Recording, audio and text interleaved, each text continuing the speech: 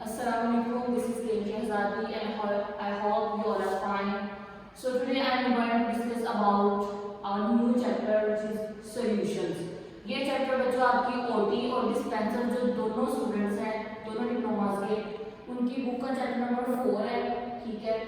और इसको देखते हैं कि सोल्यूशन बेसिकली होता क्या है। आप क्या समझते हैं सोल्यूशन क्या होता है कि कोई भी दो चीजें हम आपस में मिला दो तो सोल्यूशन बन गया, यही है आम आंसर। लेकिन ऐसा नहीं होता।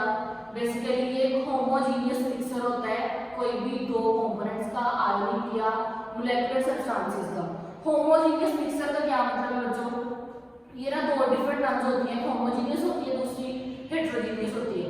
होमोजीनियस का ये मतलब होता है कि कोई भी आप अगर चीज पानी में डिसोल्व करते हैं ना या किसी भी सॉल्वेंट में कोई चीज डिसोल्व करते हैं तो अगर प्रॉपरली पूरे तौर पे हल हो जाती है ना अच्छे से, बिल्कुल उसके नीचे भी बैठती है कुछ टाइम छोड़ने के बाद, तो इसका मतलब है कि होमोजीनियस है। लेकिन जैसे मिट्टी है ना वो अगर पानी में हल करते हैं ना या रेत तो पानी में पत्ती तौर पे हल हो जाती है, जैसे इसको थोड़ी देर के लिए रखते हैं वो सेटल डाउन हो जाती है।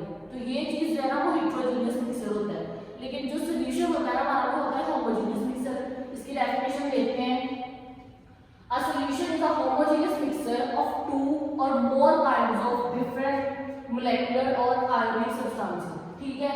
इसमें बच्चों आपने कोई भी दो से सब्सटेंसेस लेने हैं, आयनिक और आयनिक भी हो सकते हैं मोलेकुलर भी हो सकते हैं, उनको आपने आपस में डिसोल्व करना है। अगर वो प्रॉपर्ली डिसोल्व हो जाते हैं, वो कुछ टाइम रखने के बाद सेटल डाउन नहीं होते, तो इसका मतलब है कि जो हमारे पास चीज बनी है वो सोल्यूशन है, ठीक है।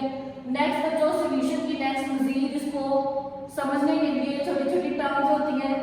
एक टर्म होती है सोल्यूट और दूसरी सॉल्वेंट। जो सोल्यूट होता है ना हमारे सॉल्यूशन के अंदर कोई भी चीज जो लोअर क्वांटिटी में होती है वो हमारा सोल्यूट होता है, और कोई भी ऐसी चीज जो हमारे सॉल्यूशन के अंदर हायर क्वांटिटी में होती है वो हमारा सॉल्वेंट होता है, ठीक है।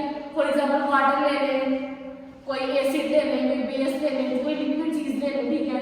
जो हमने ज्यादा क्वांटिटी में इस्तेमाल करनी है ना अपने सॉल्यूशन के अंदर वो हमारा सॉल्वेंट होगा, जो हमने कम क्वांटिटी में इस्तेमाल करनी है वो हमारा सोल्यूट होगा।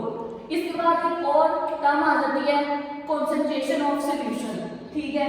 कंसंट्रेशन ऑफ सॉल्यूशन क्या होती है, आप सोल्यूट की कोई सी भी जो क्वांटिटी होती है ना वो आप दिए गए सॉल्वेंट में या सॉल्यूशन में जब उसको ऐड कर देते हैं ना तो उसको हम कह देते हैं कि ये उस सॉल्यूशन की कंसंट्रेशन है, ठीक है। इसकी डेफिनेशन रीड आउट कर लेते हैं।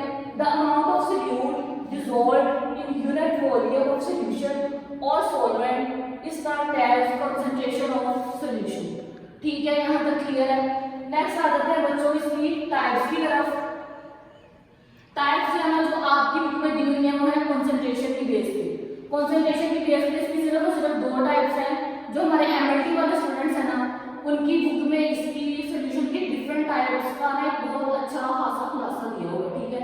उसमें डिफरेंट बेस पे हैं, लेकिन जो ऑडियो डिस्पेंसर वाले हैं उनके लिए वो इम्पोर्टेंट भी नहीं है, ना ही वो हमें पढ़ना है, ठीक है।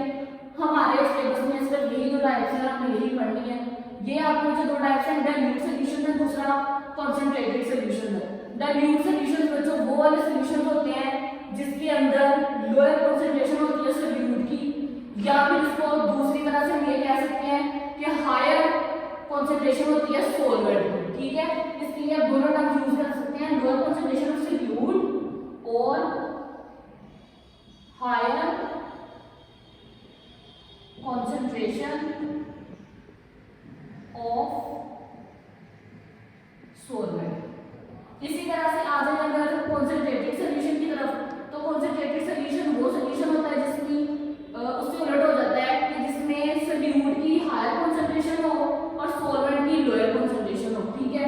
तो solution containing relatively higher concentration of solute या फिर और कंटेनिंग लोअर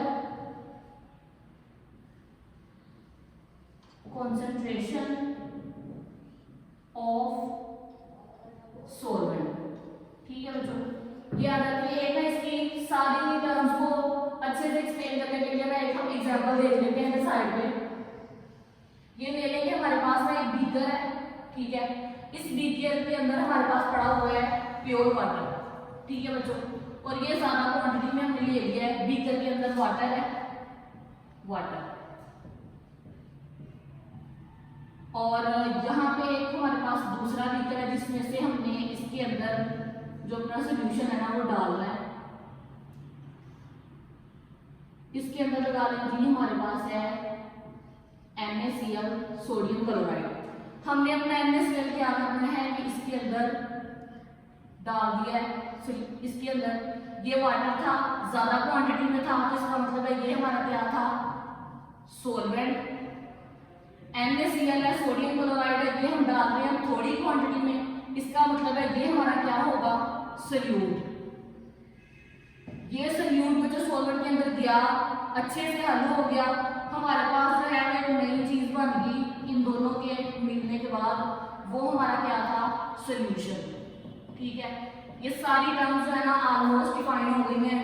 हमारा सोल्यूट लिया, उसको हमने अपने सॉल्वेंट के अंदर डिसोल्व किया, डिसोल्व होने के बाद एक होमोजेनियस मिक्सचर बन गया जिसको हम सोल्यूशन कहते हैं। ये हमारा आज का टॉपिक था। आई होप कि आप लोगों को समझ आ गई होगी। अगर कोई चीज़ क्लियर नहीं है तो आप मुझे